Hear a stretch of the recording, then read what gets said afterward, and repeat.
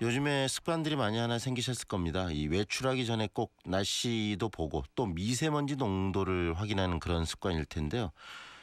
최근에 우리 지역도 광주 전남 모두 미세먼지 농도가 연일 나쁨 상태를 보이고 있었습니다. 마스크를 쓴 채 밖을 나선다는 분들 참 많으신데요. 최근 들어서 왜 이렇게 우리 사회의 미세먼지가 심각해지는 걸까요? 그리고 대책은 없는 걸까요? 관련 이야기 들어보겠습니다. 국제기후환경센터 황철호 선임연구원 연결돼 있습니다. 안녕하세요, 연구원님. 네, 안녕하세요. 네, 연일 이 황사 미세먼지 정말 맑은 하늘 보기가 힘들 텐데 힘든 상황인데요. 우리 지역의 미세먼지 농도 굉장히 높더라고요. 상태가 네, 어떻습니까? 네, 어제를 보면, 어제는 일평균이 243 마이크로그램까지 치솟았고요. 네, 그러니까 전국 1위를 기록할 정도로 이제 심각하게 나타났습니다.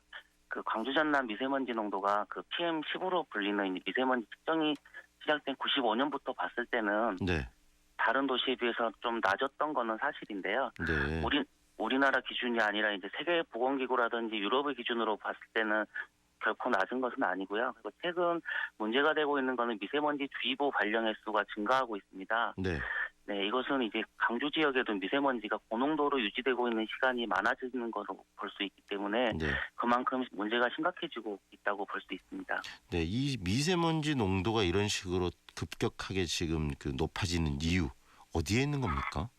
최근에 발생한 미세먼지 같은 경우는 이제 중국에서 넘어오는 황사라든지 네, 미세먼지 영향이 가장 큰 문제라고 볼 수 있는데요.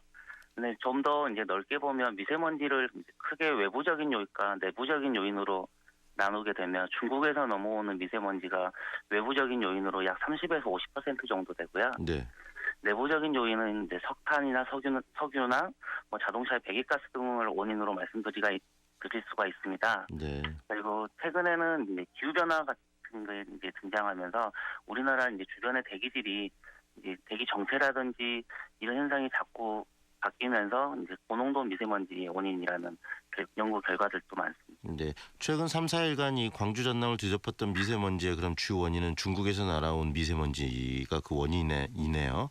네네. 네. 이런 부분들 특히 중국에서 날아온 미세먼지 물론 이제 국내에서 발생된 미세먼지도 그런 부분이 있겠지만 오염물질이나 위험물질이 많이 포함되어 있다고 하는데 어떤 위험성이 있나요?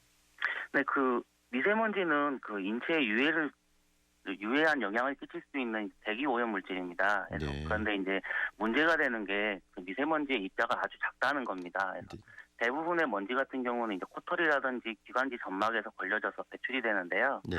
미세먼지는 입자가 아주 작다 보니까 코나 구강, 기관지에서 걸려지지 않고 몸속 깊숙이 침투한다는 것에 있습니다. 그럼 네, 직접 그래서 내부 네. 폐나 이런 내부 장기에 치명적인 영향을 줄 수 있는 거네요. 나쁜 영향을. 네, 그렇죠. 미세먼지 자체가 유해한 물질일 수도 있고요. 이제 네. 유해 물질을 흡착할 수도 있는 상황에서 입자 크기가 작기 때문에 기관지라든지 폐포까지 도달할 수 있고 혈관을 타고 이제 침투할 수도 있습니다. 네. 그만큼 인간의 건강, 우리의 건강에 위험하다는 이야기이시지 않습니까? 네네. 그렇다면 이런 미세먼지를 이제는 예방할 수 있는 아니면 최소한 여러 가지 지금 발생된 미세먼지를 최소화시키고 할 수 있는 그런 방법에 대한 고민들이 좀 있어야 될 것 같은데요. 국가적 차원 또는 지방자치단체 차원에서는 고민들이 좀 많이 있나요?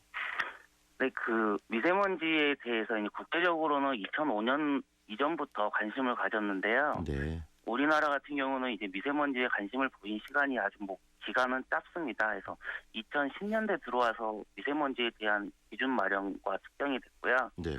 정작 문제가 되고 있는 초미세먼지 같은 경우는 2015년도부터 관리를 시작했습니다. 네.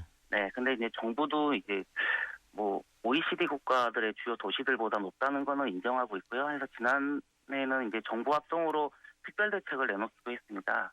그래서 이거를 보면은 외교적인 이제 중국과의 협력이라든지 네. 경유차 미세먼지 대책이라든지 이런 것들이 있는데 이제 실효성인 부분하고 네. 근본적인 해결에서는 아직도 좀 미흡한 부분이 많이 있습니다. 네, 특히 중국 간에 외교적으로 뭔가를 풀어가겠다고 이야기는 하지만 이 사드 문제도 그렇고 중국과의 관계가 제대로 잘 설정되지 않는 상황에서는 정말 방법이 없는 거 아니겠습니까?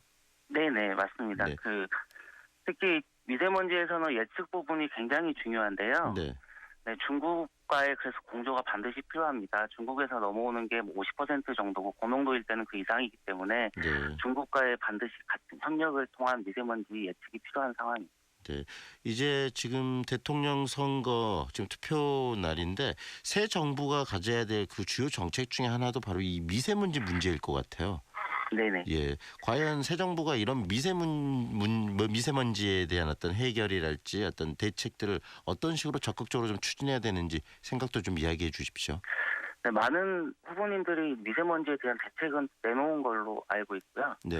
근데 이제 미세먼지가 그 단순한 문제가 아니라 근본적인 문제는 이제 저희가 뭐 사회적이라든지 환경적 비용을 이제 감안하지 않고 화석연료를 사용한 거에 이제 집중한 거에 문제가 좀 있거든요. 네. 그래서 중국과의 외교도 중요하지만 이제 국내에서 발생하는 미세먼지가 화석연료와 관련이 있다는 거를 반드시 이제 근본적인 원인이라고 좀 말씀드릴 수가 있고요. 그래서 이러한 근본적인 해결을 위해서는 이제 화석 에너지를 탈피해서 청정 에너지 체계로 전환을 할 필요가 있다고 보여집니다. 네. 그리고 이제 미세먼지가 지금까지는 발생과 관리적 측면에서 이제는 이제 취약계층이라든지 위험 인구에 대한 지원 체계도 반드시 필요할 것으로 보입니다. 네. 결국은 미세먼지는 우리 생활 속에 이제는 가까이 다가온 그런 위험 요인으로서 항상 존재한다는 말씀 아니시겠습니까? 네, 맞습니다. 네, 우리들 스스로가 그래서 이 관리 시스템과 이런 데서 발생된 여러 가지 문제점들 해결할 수 있는 근본적인 고민이 필요하다는 이야기신데요. 네네. 그렇다면은 이 또 하나 궁금한 게 이 미세먼지에 대한 예보 시스템들이 그러면 제대로 우리 한국 사회에 갖춰져 있느냐? 이 앞전에 보니까 그런 부분에 대한 문제점도 지적하던데 어떻게 보십니까? 네, 미세먼지에서 가장 중요한 게 이제 예보, 예측과 측정, 분석 이런 건데요. 네.